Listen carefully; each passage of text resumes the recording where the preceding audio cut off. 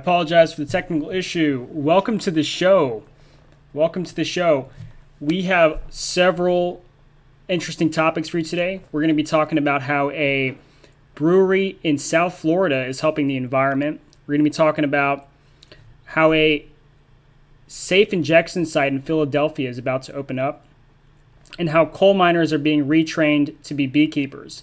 And then we're going to have our special guest on today, Cara Schulz. Cara Schulz is a cancer patient advocate and a chronic pain advocate as well. And she has a very, very interesting story, and she has a lot of knowledge about the topic of opioids. And so we're going to be having her on in just a bit.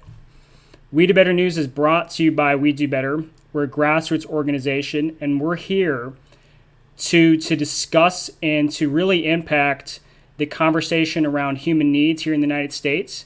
And we're going to do that by covering the effective solutions already being provided by nonprofits and companies here in the country. Saltwater Brewery in Florida has come out with edible six-pack rings as an alternative to plastic six-pack rings. You've probably seen the photos of sea turtles trapped in six-pack rings or plastic found in the bellies of fish.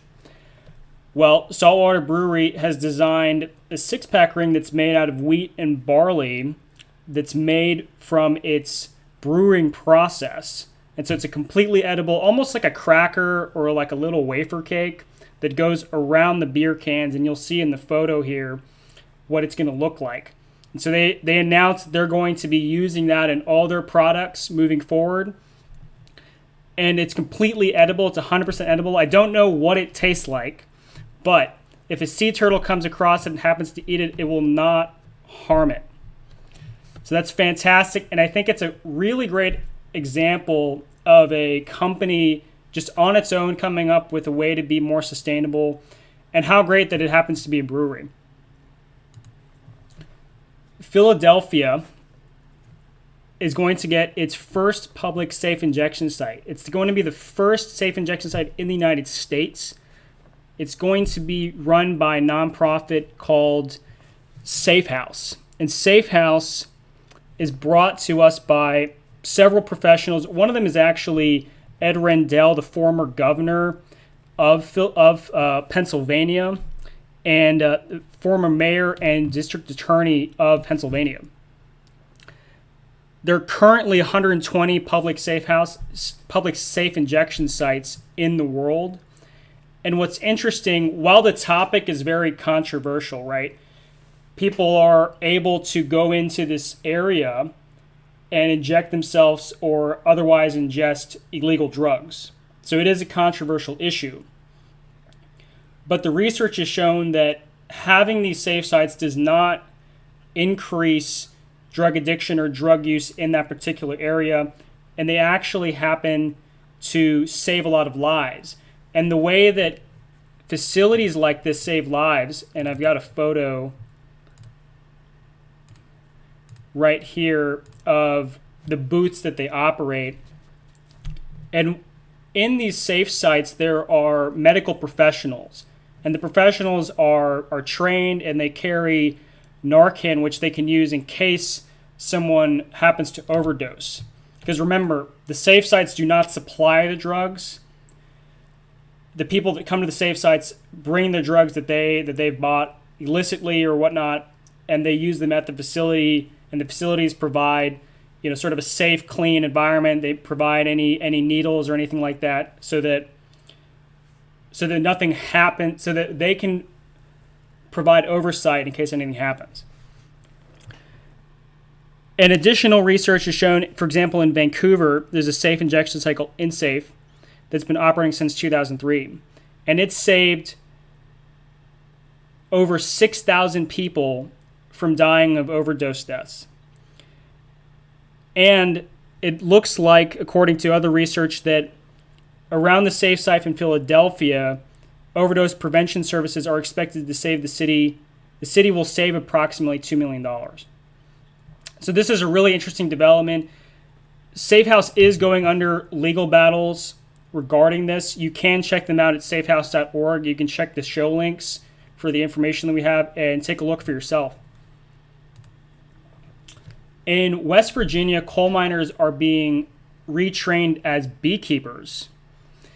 Now, the coal mining industry has taken a plummet in the last few years, and the job counts have dropped. Nationally, high-paying mining jobs have dropped from 132,000 from a peak about 30 years ago to 53,000 today. And so that's created a lot of pressure on people that used to have those jobs. And in West Virginia in particular, a cooperative called Appalachian Headwaters has done something very interesting. Appalachian Headwaters operates a beekeeping cooperative. And so what they do is they train people on how to be beekeepers, how to produce honey and other products like wax and whatnot. And they actually will buy back the product that's produced by its members. And so they've currently trained 35 coal miners, ex-coal miners, and they have about 50 more that they've announced that they're going to be training in the next couple months. And so in a given season, a beekeeper could have about a dozen to 20 hives that it's taken care of, and each hive will produce several hundred pounds of honey. I'm sorry, about 100 to 60 pounds of honey. And over the course of that season, a beekeeper could expect to take in an extra $15,000 of income, and that's money that they're gaining on the side and doing seasonally. And so it's a really great way for these people to supplement their income while they're looking to really get into another career, especially if they lost a mining job, or while they're pursuing another opportunity. Again, the organization is called Appalachian Headwaters. They're in the show notes as well. They do other work as well regarding the environment, not just beekeeping, so do check them out. And this is a fantastic example. It actually ties into what we talked about last week. Last week I talked about the connection between individual problems and local solutions, meaning how do local operators like cooperatives, charities, companies help people's individual problems? Because we can't expect, say, the federal government to help the coal miners out when they lose their jobs. It's not necessarily the government's problem. And so that's why we need companies and organizations like Appalachian Headwaters to step in. Next, we've got coming up is Cara Schulz. Cara Schulz is our special guest for this week. She is a cancer patient advocate and a chronic pain advocate. She brings a wealth of knowledge and a fantastic personal story to this topic. Cara, are you with us? Can you hear me? I can hear you. All right, fantastic. So Cara, tell us a little bit about your story, how you came into the space, your experience with cancer. Introduce yourselves to us. Sure. Okay. So yes, I am a city councilor in my area, and I also have stage 4 cancer, colon cancer. So make sure to get your colonoscopies. Don't be like me. And I realized once I was undergoing treatment, starting to hear stories from other cancer survivors, that they're having more difficulty getting their pain treated.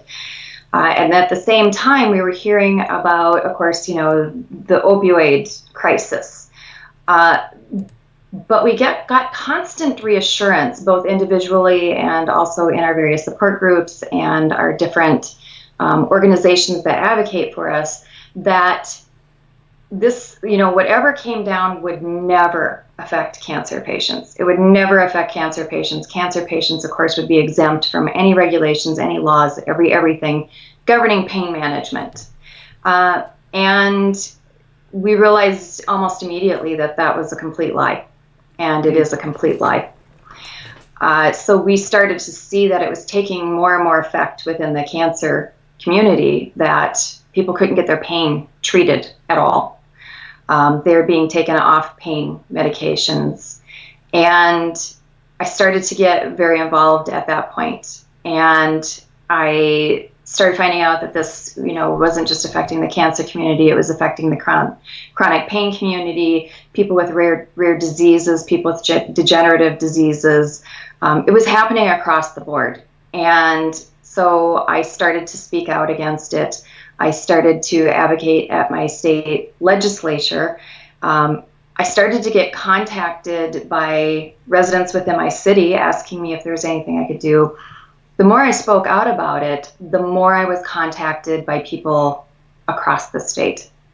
And at this point, it is overwhelming, the number of people who are contacting me, telling me their stories, and they are horrific stories of what people are enduring, and they can't get proper treatment. I'm being contacted by doctors. I'm being contacted by nursing staff and palliative care, hospice.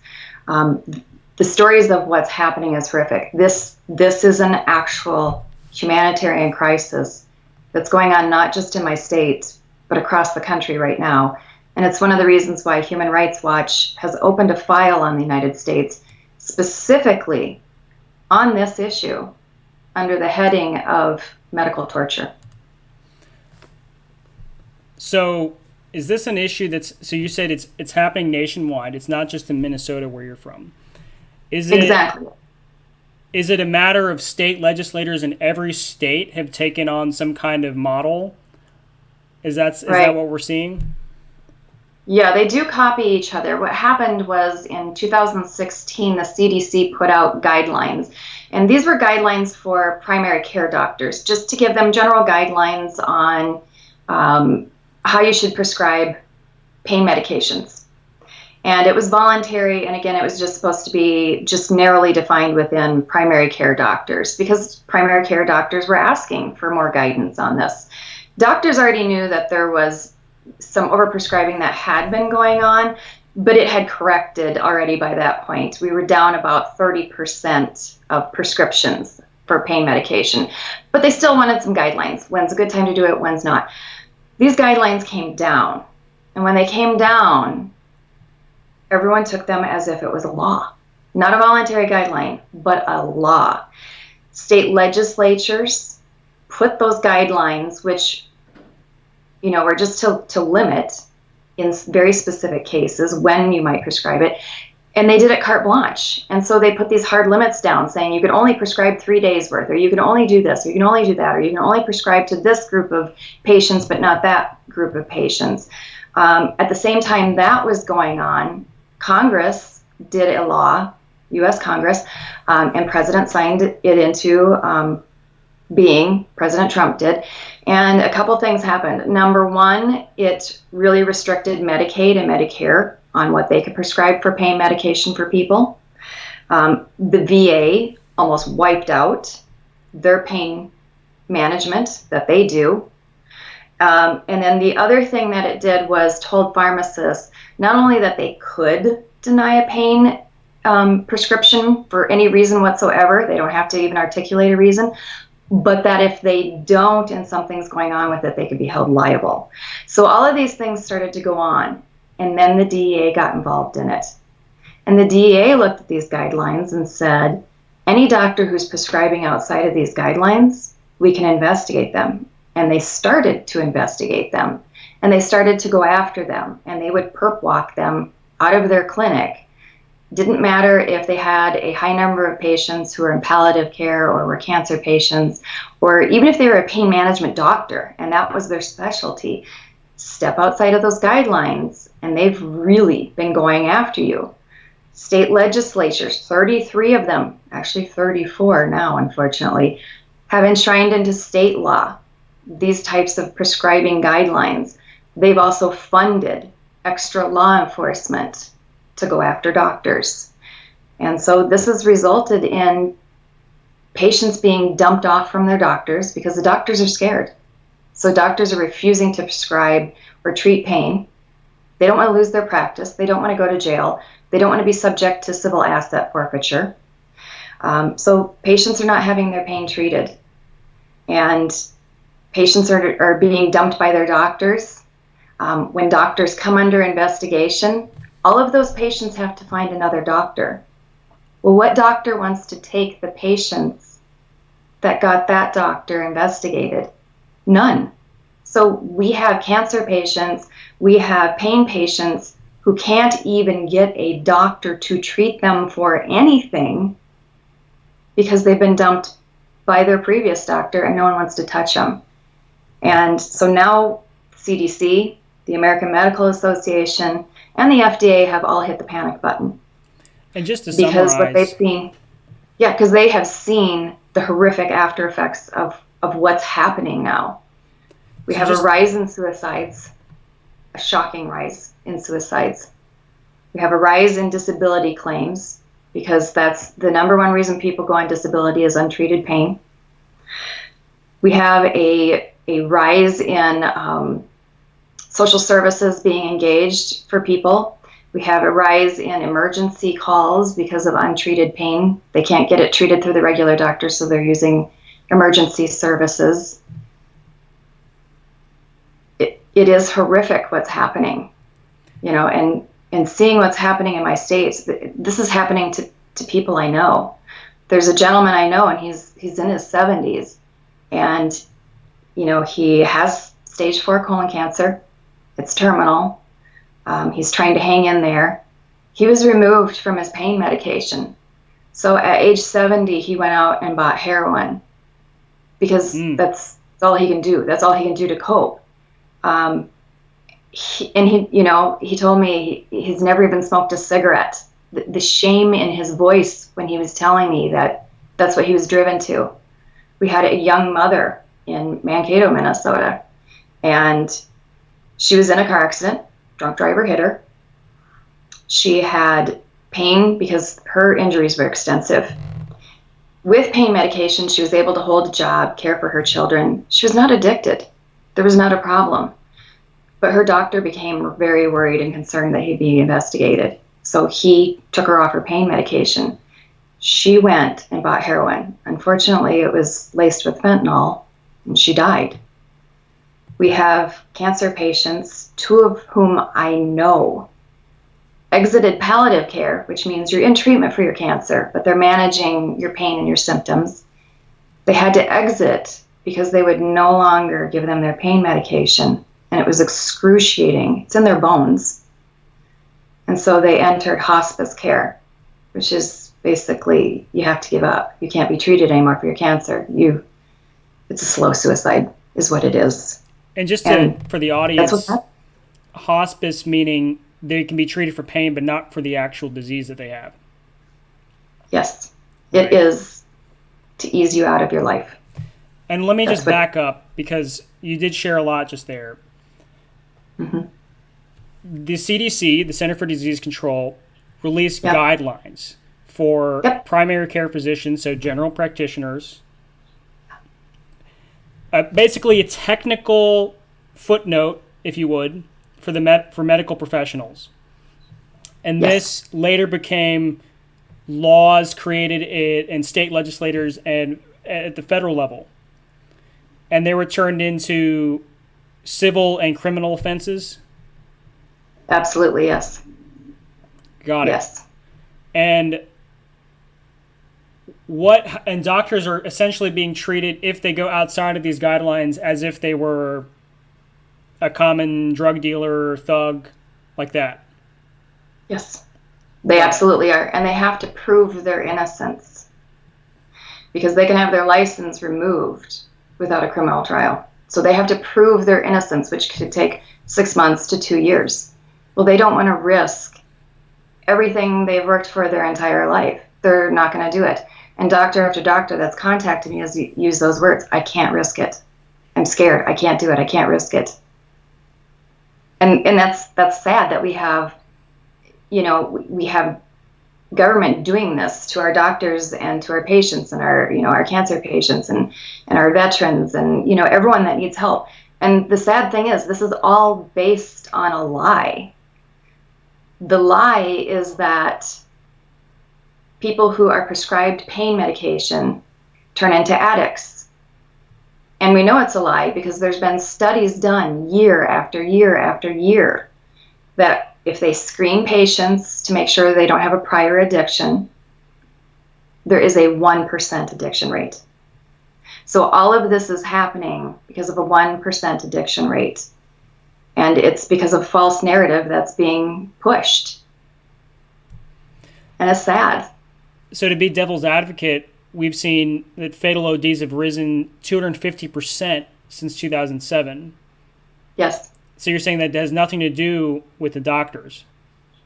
No, it's illegal drugs.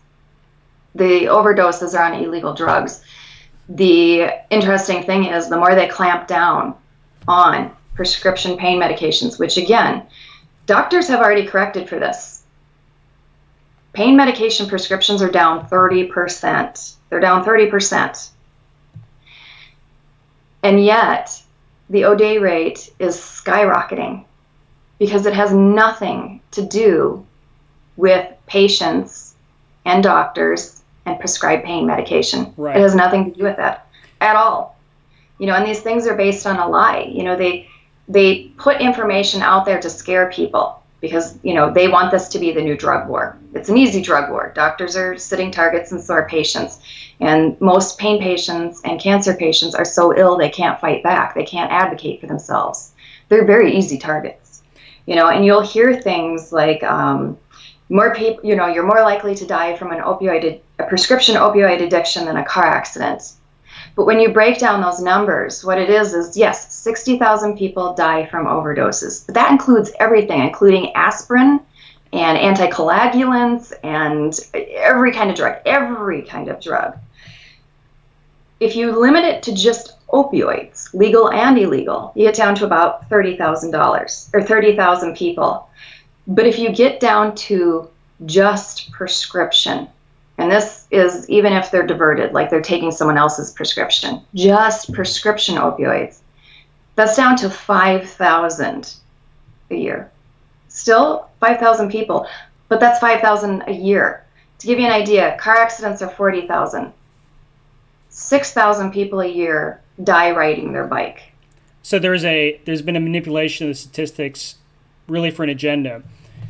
Well, there has been. There's a very strong agenda on this. We've got about 3 minutes left, Cara, and I want to just cover where is the legislation at right now and what else needs to be done for activists and advocates like you. What work is there left for you to do, and what should we be paying attention to? Right. Okay. What people need to do is, if your state has not already passed opioid legislation, you need to do everything you can to block it. If your state has passed it, like 34 of them have, you need to oppose it. At the federal level, we're doing well on pushing back against that. The CDC has revised its guidelines. It's sent out notices. The AMA is doing that. Federal is actually doing pretty well. It's the states that are doing the most evil work. The DEA is the DEA, and they're going to keep prosecuting for as long as these state laws are on the books. So get involved. But what people can do is push back against these lies anytime you hear them. Anytime you hear anything about, this opioid epidemic, push back on that. It is not a prescription pain medication epidemic. That's not the problem. So push back against it. And it's there because people are making money on it. One of the main proponents of this, that is pushing this narrative the most, is a man named Dr. Clodney, and he is with an organization called PROP. He stands to make millions off of this, and he has all along. When he was a New York City public health official, he went to hospitals, went to doctors. There was a $10,000 bonus if they did his drug that he was pushing forward, which was Buprenorphine and Suboxone, to do that. And now he's gained notoriety, and he's the opioid expert. He's the one that's testifying in Oklahoma in all of these lawsuits. He's getting over $500,000 just for this lawsuit. There are 2,000 lawsuits filed.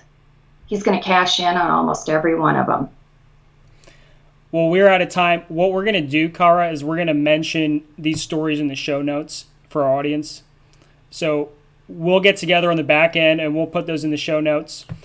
And for now, that's all we've got. Cara, thank you so much for being on. We're going to direct everyone to make sure they've got a way to get a hold of you and how to find out more about you and what you've done. And again, thanks so much for being on. Absolutely. Thank you. Again, everyone, that was Cara Schulz, a cancer patient advocate. And our audience question of the week, post a comment below. Obviously, like and subscribe to the channel as well. But have you had personal experience with opioids? Let us know.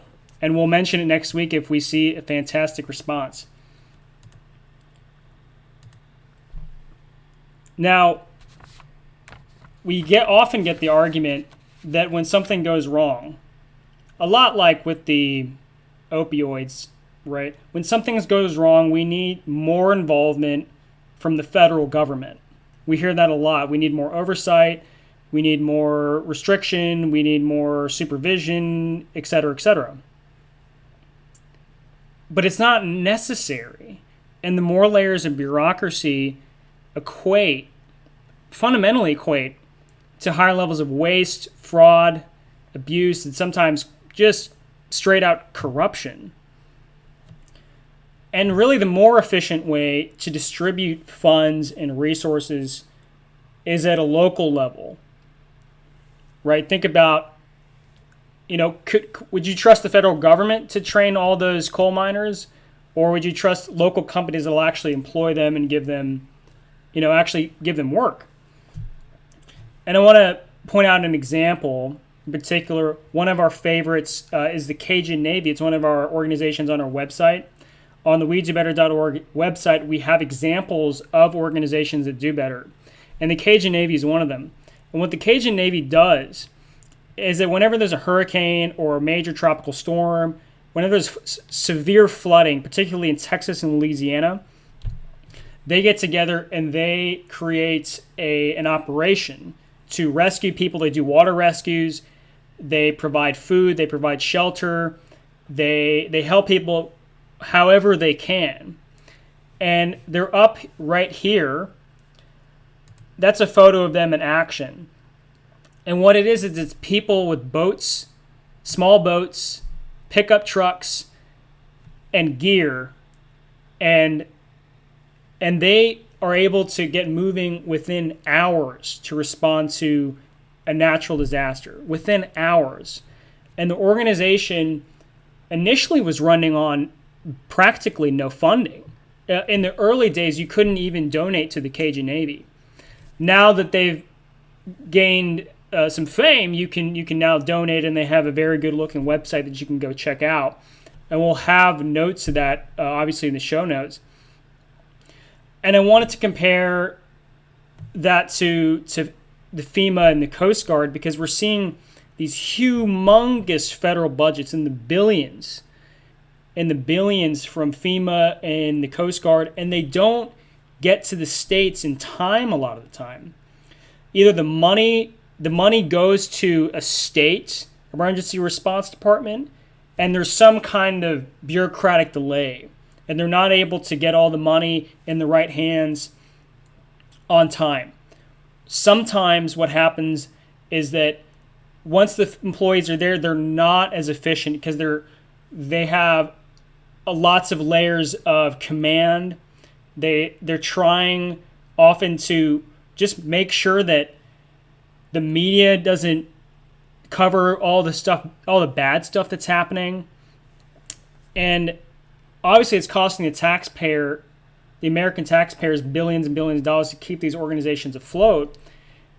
And when it comes down to the number of people saved, the Cajun Navy during Hurricane Harvey saved thousands of people. Not actually that many less than the Coast Guard. If I'm not mistaken, and we'll put this in the show notes, how many people were saved exactly. But if I remember correctly, it was the Coast Guard that saved about 9,000 people. And the Cajun Navy had saved about 6,000 people. And this is a grassroots organization with hardly any funding. And as you can see in the photo, they're riding around with dinghies. And they don't need billions of dollars. And so we need to focus again on the results and how people are getting helped. Are our solutions as efficient as they could be or not? That's what's important, not whether the federal government's managing it or the state's managing it. But of course, the more layers of bureaucracy we have, the more it's going to cost and the less we're going to get out of it. I want to thank you all so much for tuning in. Again, this was We Do Better News. I'm Rick Rifkin, coming to you live from Austin, Texas. We're going to be back on at 7 p.m. Eastern Time next week. So do like and subscribe. Also check out our Facebook page. Go to We Do Better on Facebook. To support the show, go to WeDoBetter.org/donate and give us a recurring donation to become one of our founding donors. And again, we'll have our show again at 7 p.m. And we look forward to hearing your audience questions, and we'll be back next week.